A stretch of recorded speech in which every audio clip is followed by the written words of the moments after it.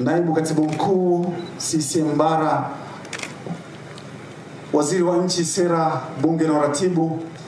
Mkuu wa Mkoa wa Ruvuma, Mwenyekiti wa Chama cha Mapinduzi, maspika wastaafu, waheshimiwa wabunge, naomba sasa wote